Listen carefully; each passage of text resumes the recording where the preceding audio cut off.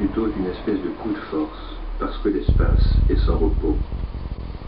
Et je pense à cette profondeur, ou apparence de profondeur d'un vécu hypothétique, plus qu'au travestissement de figures ou de personnages de la réalité, que les rêves remplissent tout à la fois d'une espèce de résumé ou de programme.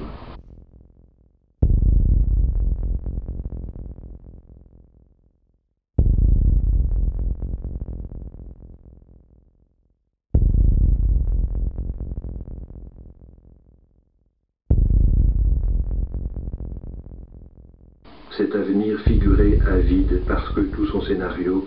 se serait déroulé dans un tel espace ou temps qui contredit si fortement les lois de notre monde.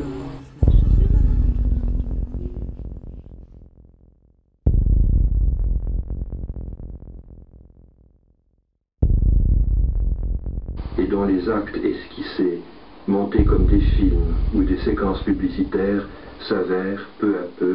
les acteurs d'une gesticulation vide et impossible à doter de psychologie ou d'intention. Parce qu'il est l'unique témoin de ce monde-là qui est cloué devant les figures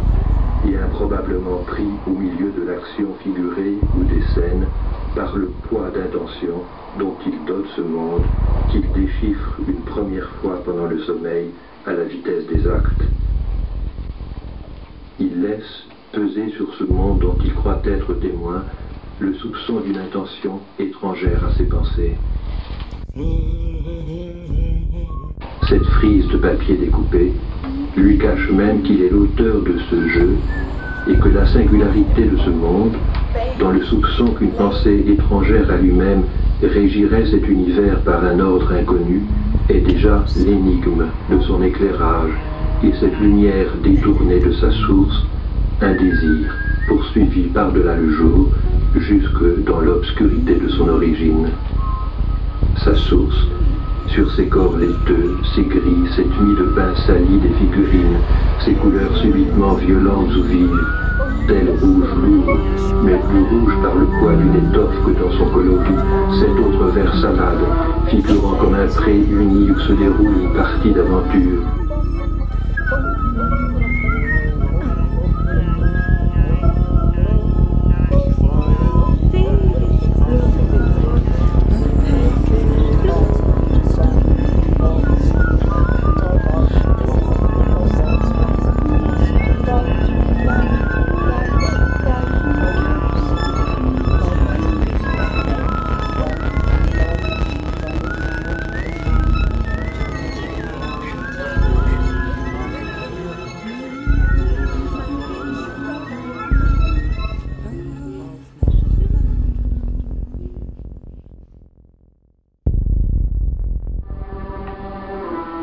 Comme s'il fallait ce scénario d'allure hâtive,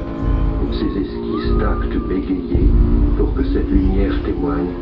de la force de cet aveuglement. Par addition de lumière et cette opalescence constante des formes, leur fragilité, leur malléabilité de verre en fusion ne serait donc qu'un effet d'éclairement des ombres, de fusibilité de cette obscurité et d'élargissement de la texture du noir.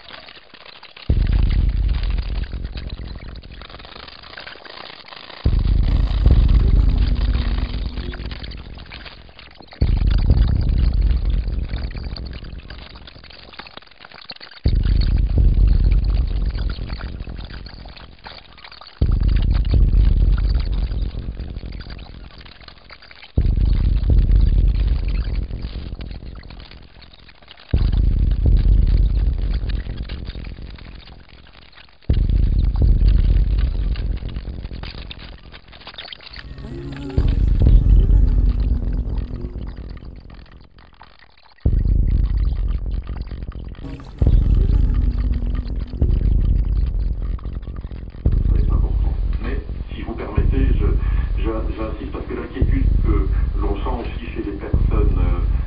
comme celles qui témoignent,